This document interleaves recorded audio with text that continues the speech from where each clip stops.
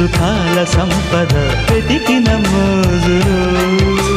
పసియదలో నిశాలకు పద విరిసిన పూజలో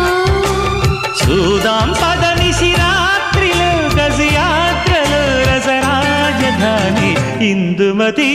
చారుమతి మన్మథలీలకి చెయ్యి శృతి